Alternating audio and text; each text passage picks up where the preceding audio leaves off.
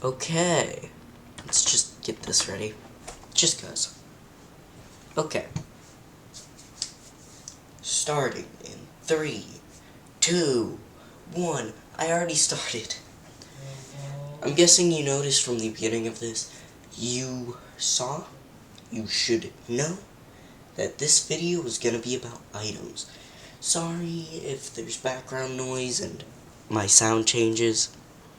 Just something you should know about. So I do want to talk about these items, so let's get into this. The multi-class gem. This item came about when I learned the shattering news that sorcerers become dark magic users. I couldn't even learn the path of necromancy just because the rest of the people use phones. What the heck, D&D Beyond? I know you want to make money from this. I know you don't want all the books to be free and such. But you could have at least made a system will allow me to take books that I already have and scan them. That would be so much easier than just having to buy the books a second time. While it's much easier to read the actual format of book compared to looking at your phone or other such, actually is much easier to look at that. But the reason I like not having to use that is because my literal thing on this channel, in this part of it at least, is homebrew. So yeah, this gem was more or less a reason to do that kind of thing. Add really stupid ideas to the game. This was really my actual first homebrew idea, truly, not gonna lie. Or more or less first homebrew item that I actually wanted in the game. The rest of my ideas were funny and cool, but not something I'd actually care about in the game. This, though, it goes on a whole new playing field.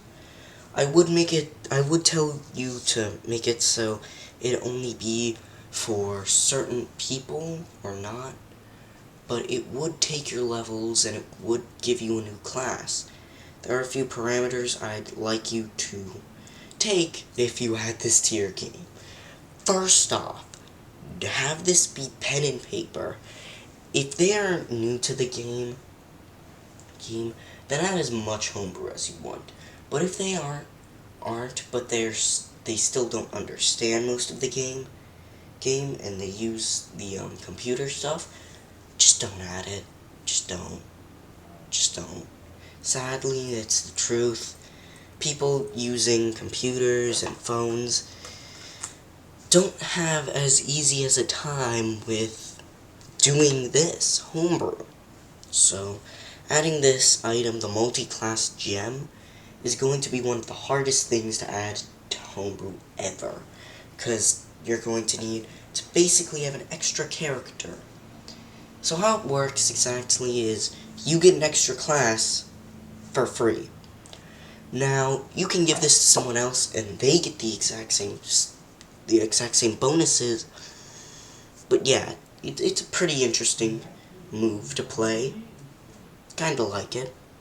But, you do what you must. Now for the second item, I actually like this idea. Now this one's more of a concept, an evolving item, but this is just it in one form. Look at that, it's a fire dragon, that's what it's supposed to be, just if you wanted to know.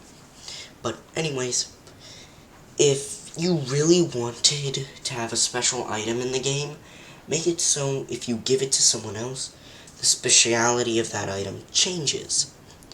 So, evolving items, pretty interesting and cool, but what if said evolving item changed to the person? Like if you were a necromancer, it'd do necro damage. If you were a pyromancer, it'd do fire stuff. But that's kind of not possible when it comes to most characters, since most spellcasters don't have proficiencies and tools like this. But it could be interesting weaponry, that based on how your character acts and feels, it changed the weapon. So for this one, it goes from a normal knife to a infinity knife, or infinity blade, just a blade that you can infinitely grow. It'd be pretty interesting to have that, and it'd be a one-sided blade, like shown here. So you could climb with it and act like it's a normal rope of some sort, but also use it as a weapon. So it could be even used as a climbing tool in that matter. Then when it gets flaming mode, now this would lose most of its uses, but it now has fire. Now, I would give a capability to go back to past forms if you need them for certain purposes. This is like, maybe you have a cool new lightning spear, but you kinda liked the effect of your low-level magnetic spear, because now it's lost its magnetic feature, but it's gained lightning, right? It's more or less a balancing feature. Make it so it takes a turn, your entire turn, maybe an action, a bonus action, based on how you want to play your character's OP level, and yeah, you now have interesting little items to carry around. Also, like Poison Necro, definitely want to add that to your game. It would not change too much, but it would give you an interesting and intricate weapon. Gauntlets, well, elemental gauntlets. I've used these, they are interesting, and they are somewhat balanced. If you are attacked with elemental damage, as a reaction, you can store said damage. Storing basically means if it hits, they basically deal half damage. Now, you could just make it so it deals no damage. Make it how you want to play. But, if you're dealt elemental damage, you can store it and use it back. If you're a monk, that means an extra d8 on punches, based on what element. And if you use swords or bows, an extra d8 on that. But as long as you're wearing the gauntlets, your next non-magical attack gains a magical bonus. When I mean non-magical, I don't mean that the weapon can't be magical, I just mean it can't be spellcasting. Because then you're hopping into the field of meta magic. Well, that's cool and fun. I'll have an entire episode on meta magic later, because of how much they debuffed and whopped, just slapped it in the face in this new one. But, oh, shh, don't look at that for a minute. So this next one will need some context. When I mean context, I don't mean such like the tool can only be used by a certain subclass. That's what I'm saying. That's what I'm gonna put it through. I literally had something. Gosh. Anyways, say hello to the new Warlock subclass that I've made, Pact of the Reaper. Now, having a god-like entity as your, the person you make a pact with. Now, I personally don't like that idea, but it works better with this and certain gods of death, because it keeps with the aesthetic and the feel, but it can sometimes just not work. And here's why.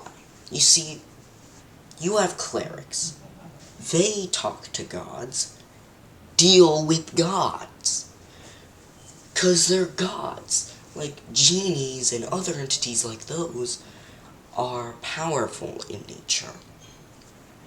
Now I will tell you later on, once I do the Warlock, there is a specific subclass that I do want to upgrade. A specific subclass that I want to upgrade. And I've already thought about it, and it's connected to this. Figure it out. You have a few episodes too. Anyways, so let's actually talk about their skills and their powers for a minute. The Reaper Scythe. doesn't show it here, but scythes actually have little handles on them. Actually makes them much easier to use as tools in any sort of way. Now, for this Reaper's scythe, you gain the capability to add your intelligence, or maybe your charisma, since those are your stats that you use mostly, on top of your strength to make it work. Now, you also gain some interesting new Eldritch invocations, as well as this tool now becoming your whatchamacallit, focus, yeah, your focus. So, now that this thing is your focus, you can now cast spells without a wand or such. You don't need to carry around that really heavy orb anymore, because now you have this interesting, small, yet deadly scythe. Now, these invocations are interesting, to say the least. Reaper's Blow.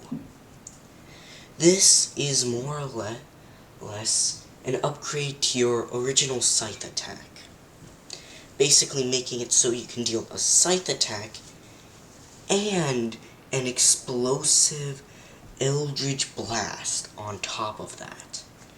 Basically meaning you deal scythe attack, and then as a bonus action you can activate this, meaning that now anything that's been damaged by said scythe attack, if they're damaged by something else, like your Eldritch Blast, then poof goes the rainbow corn.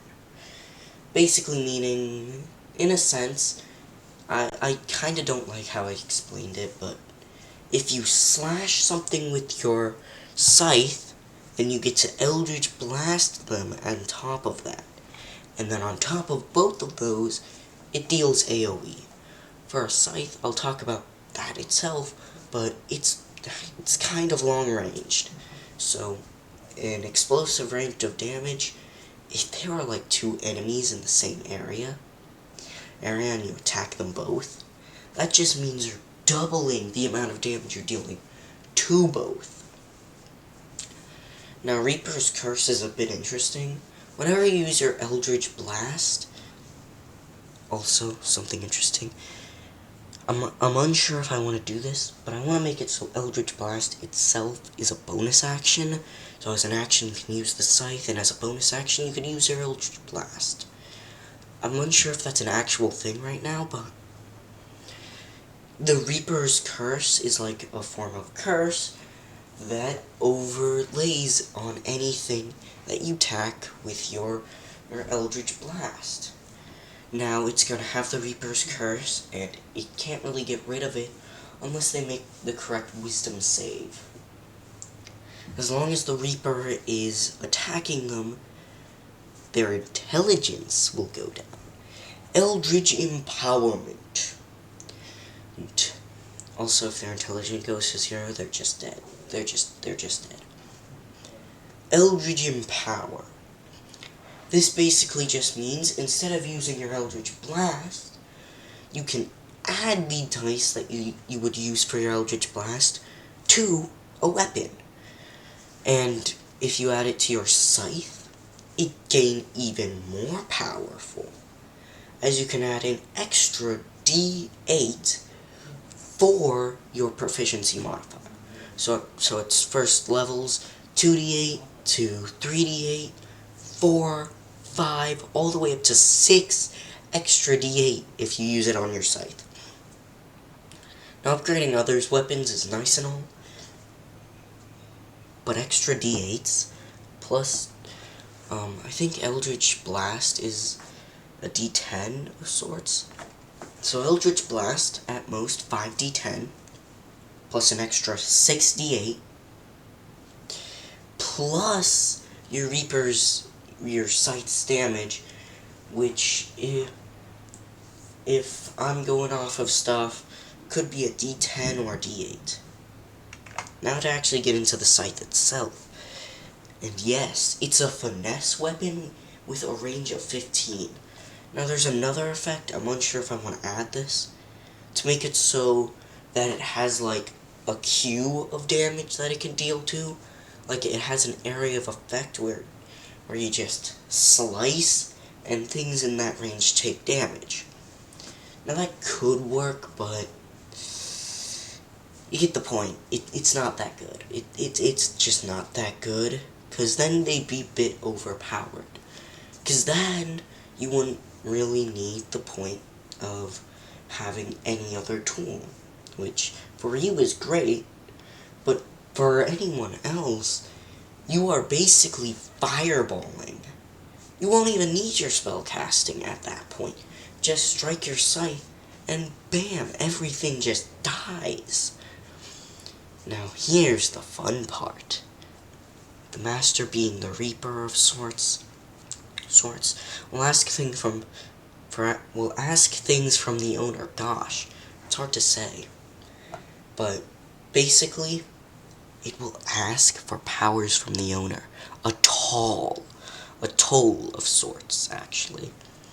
Why did I say tall? Anyways, I'm saying anyways a lot. You can basically, you're gonna have to. You can't, it's not a can, it's not a may, it's a do. It's a do it now, or you die, basically. So, this tall is, or, why am I saying tall? It is toll. As a toll, you take, they take blood, bones, souls from you. So, I'm guessing most of you haven't seen, Vox Machina, but basically one of their characters is possessed, and in Critical Role, they basically take the soul of something, and in return, they get its power. Reminds me of something. Yeah, Percy, you aren't a gunslinger. You're just a warlock in disguise. Until the thing goes. Okay, you may now be a gunslinger, but before, you just had you were just a reskinned warlock. But yeah, tons of fun stuff with that. And also, if you don't give them your toll, they won't just rip away your powers, but they'll take it by force. Maybe next time you do take the toll, or you'll take the toll. You take the toll, or you take the toll. You give the blood, you give the soul, or you give the bones. Oh, fudge, I did it again.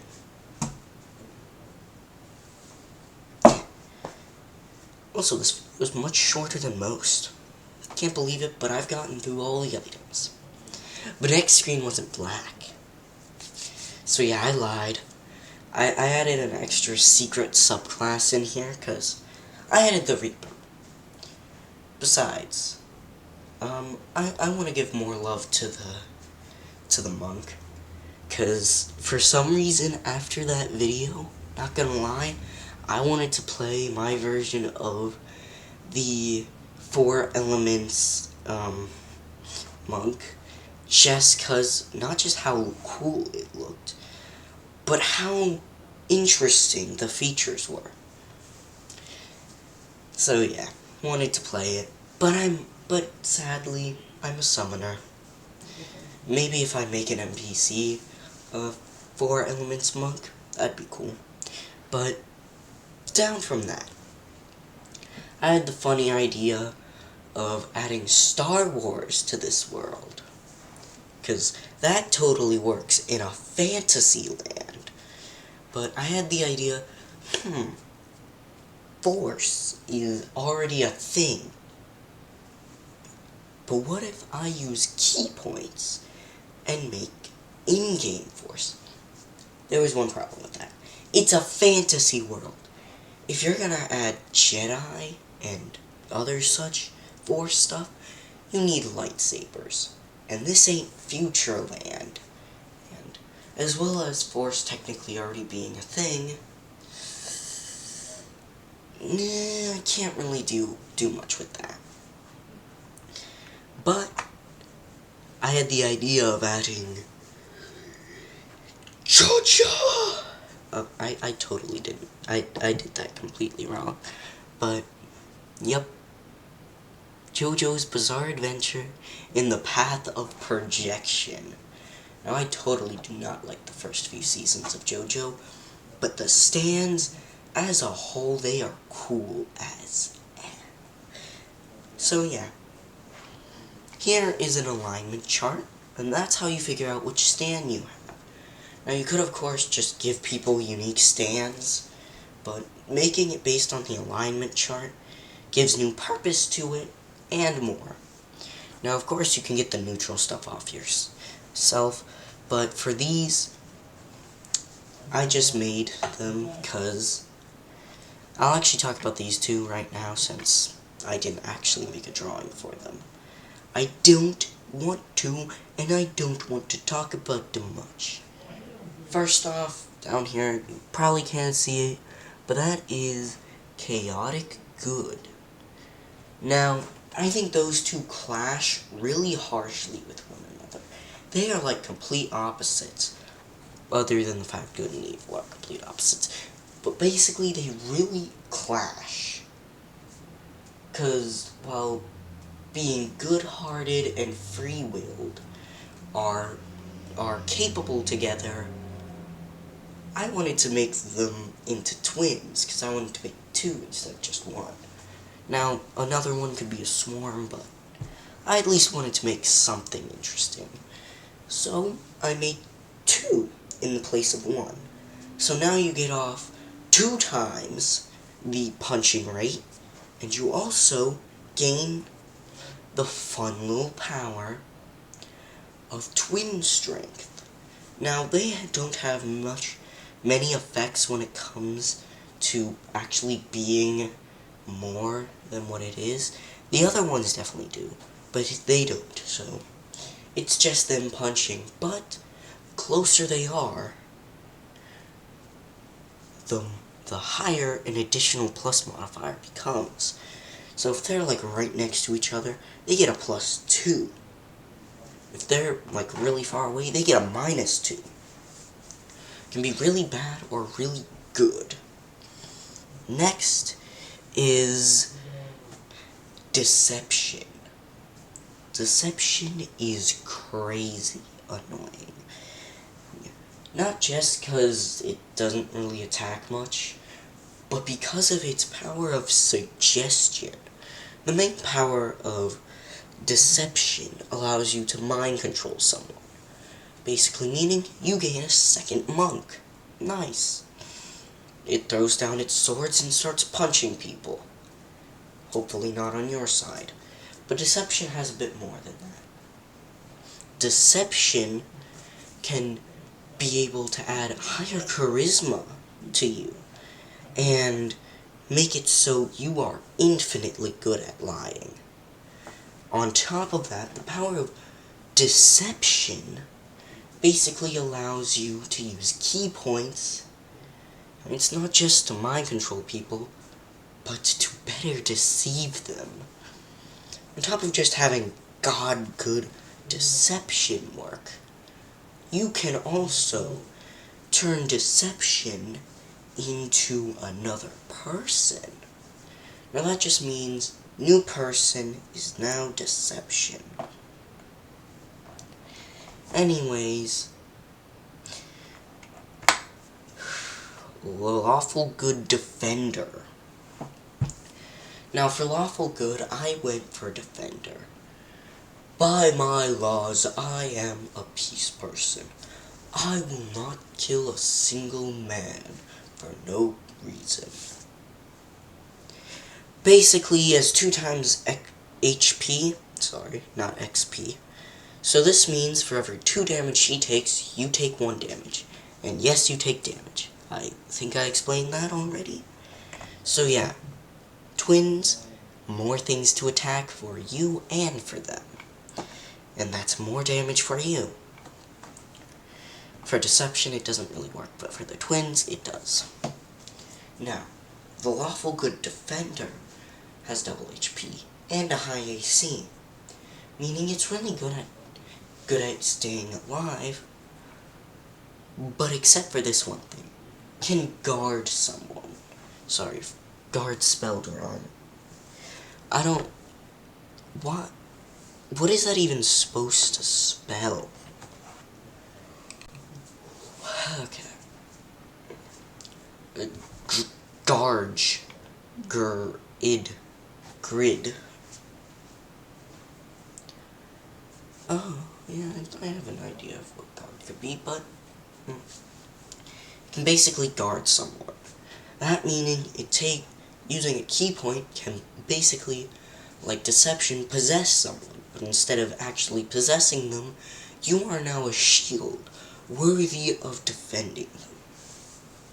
Anytime you try and attack them, it instead attacks the ×2 health, high AC god of defense. Now, for low levels, this thing is great. Once you get to higher levels, it can only defend one person. Kind of nice, but also kind of not. No, of course, you can basically just give yourself 2 times health and an AC of 16. That is, of course, something you can do. And since you can only wear light armor, you normally only get to 15 AC. Which, of course, is still really nice, but an extra bonus AC. And you don't even have to upgrade your dex all the way to 5. So yeah, pretty powerful in the sense that it basically gives you a guard of demise. Now for the opposite. The chaotic evil Spike guy. I don't have a name for him, but he's Spike guy. Now I wanted to go really special with this one, so I added a rage meter. Basically, the amount your rage meter gets up to is based on the amount of times you get attacked. And I mean the amount of times. If they get a crit, then it gets 2. If they fail, it's actually -1. And if they do hit you, it's a +1. So, yeah. The main use of heightening your rage meter is to just burn that to get tons more key points. High key point consumption. Pretty bad when it comes to most things. Something else I should tell you. So I wanted it to be cool, where if you do have extra key points by the end, and you get to a short or long rest, you have the choice of storing said key points. Basically meaning your astral projection form can have said key points. Now, this isn't infinite, it's of course equal to your maximum as well. But, for someone at level 10 or even level 5, having an extra key point with key point burning, or, well, a rage bar, could be possible, but with its high key point burning, it might not be. Just having an extra key point is possible, would be nice. Would be really nice. It's just having the extra key point just to store would be nice. Also, this means that your grand chaotic evil Spike guy can now use those, but only him, because you don't need the extra key points. You have 10 or 5. It's enough to survive, right? Right? Anyways, time for that piercing damage part. If they are grappled, they deal piercing damage. If they punch, they deal piercing damage. And of course, you start off with this around a D6 of damage, or D4. So having all the way up to a D8 of damage is great. Other than the fact that it takes rage to deal more than 4 damage. Basically, this is why it's a high point consumer. If you have a rage bar, and if you ever use a key point, you deal d8s of damage instead of just d4s. Now, how does this work exactly? Well, if you do Flurry of Blows and have a rage bar set up, you can just automatically attack. Wait, can't you drain your rage bar for more key points? Yeah, you can, but you can also use them for powers.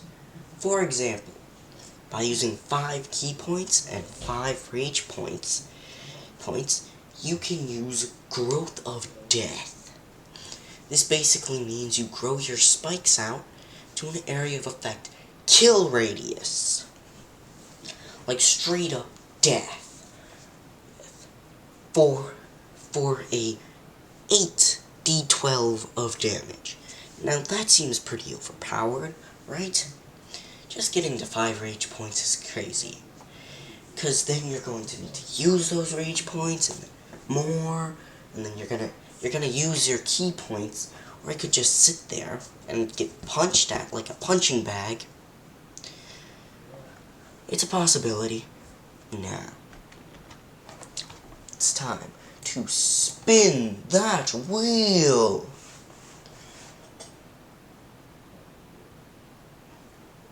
Fudge. Yeah, I didn't have a fun time with this. So, I did not have a fun time with this. I just did not have a fun time with this. Why? Because I didn't get Ranger out the window. Okay, Ranger has tons of good subclasses, so I can't do that, but its class features are dumpster fire. So, for this one, I just went simple motif. I did not have a good time just thinking about this, so easy Ranger. Or, sorry, easy Paladin. I'm thinking of Ranger too much. So, yeah. Shoot, where'd the One Punch Man part go? How should they know this guy's overpowered? Oh. I didn't draw you. What? You either. Oh, a cat person, that's kind of... No. This was behind the screen stuff. Behind the screen stuff. Fine. Let's talk about Oath of the Watcher. Oath of the Watcher is a really interesting oath. I'm still unsure on its exact powers, but I just gave it 2 more. First off, Watcher's Eye. Now, for some reason I had Watcher's Will, but not Watcher's Eye. You know, you're not watching something without an eye. The Watcher's Eye just makes it so you have the power to completely understand your surroundings as long as it's capable. If I'm correct, this guy's plane-based. You can completely scrap this idea if you want, but basically you gain the power to see through the planes, even the astral plane. You can talk to ghosts and do simple magic tricks with this, but just simple such. Now, I did add a new level 20 power. That was the real thing I added. The Watcher's Eye was just an extra thought about it. Now for this, this was something I didn't know. The Watcher, or not just the Watcher, but oaths in general, have a level 20 effect, meaning theirs is unique, which is awesome, because at level 20 you should get something godlike. So I looked. It was banishment. Just banishment. That's what they said it was. I'm unsure if that's actually what it was, but banishment. Dude, your wizard has had that for a while. Wait, yours isn't forever banishment? Oh, I feel sorry for you. Yeah, banishment. Basically just banish something for a certain amount of time. Really isn't that powerful. I thought of the idea of planeswalking, like you're something from Magic. Basically, you get to go to a plane and absorb its powers, and then return a few turns later with godlike strength. So I'm guessing you haven't seen this either, but someone from Vox Machina became a flame elemental. Just straight up after going to the fire plane. Go full flame elemental up in here. Godlike. So, I had the idea to give the Watcher something like that, where they'd absorb the power of the plane they were at. So if they were something like the upper planes, you'd gain holy power, fire plane, fire power. The Feywild, Fey power. More magic, more light magic for the Feywild, or warped magic, and then dark magic for the shadow something. But yeah, basic power of godlike entity turning. My voice is so tired. You aren't hearing this, right? Oh well. Time to get done with this. I am tired. Beyond tired. Basically, just a stronger smite or magic powers. Now this one is not simple. I took a good 30 minutes to think about this. Basically, you either have the power to strengthen your smite and auras, to not just, if I'm correct, heal you, but to also do it better, and your smite becomes oh so deadly with new Sacred Smite.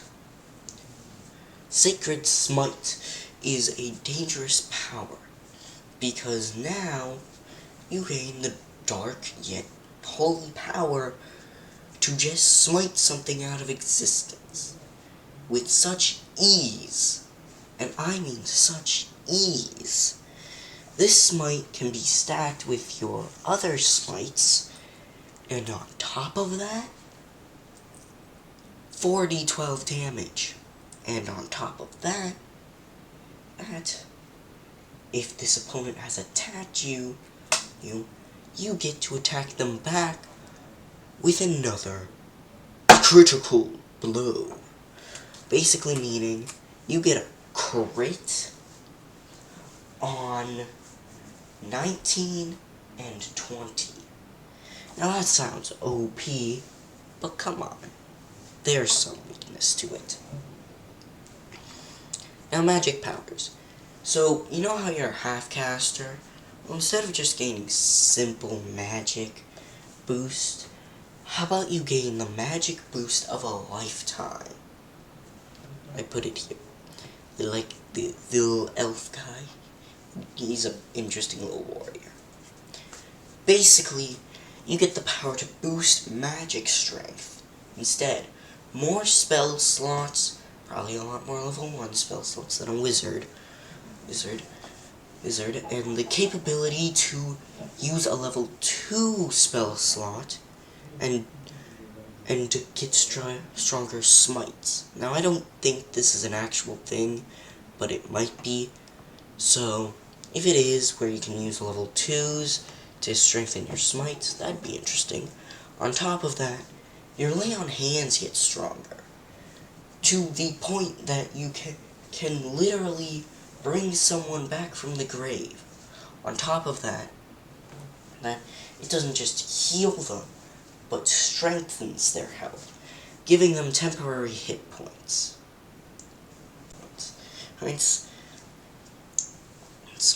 On top of that, their level 2 powers, or level 30 powers, even stronger.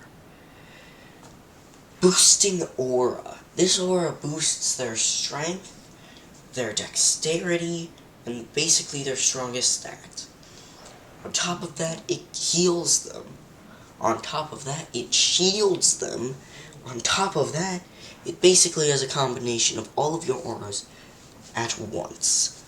So it takes any effect from your auras and adds it to the pot. On top of that, giving them an extra boost of strength. Think for effects or aura effects that aren't just there. And with that, godlike. Just an extra boost to your aura power. On top of that, new oath or completed oath. Sorry, I don't know how to spell completed. Yeah. But completed oath or new oath. With a completed oath or either way, you have completed the goal of your oath. If you haven't, and so you're basically soft-locked to not be able to go to level 37. Pretty stupid, pretty annoying, but once you do it, it's great. By this point, you should have completed your oath in some sense, if your DM actually is good at their job and listens to the characters, then that means you can get a new oath entirely. Now, being able to complete your existing oath, powerful, intriguing, because now you have no oath, right? Well, kind of. You do still have an oath. You have the effects of your oath, but you now have the choice to get an extra oath. Basically just being able to get certain effects of the oath. Maybe all the auras and smites, maybe just the spells, but to get some bonuses from your oath would be nice. Anyways, that should be it for this video. I'm gonna go to bed after this. Have a good day. Bye!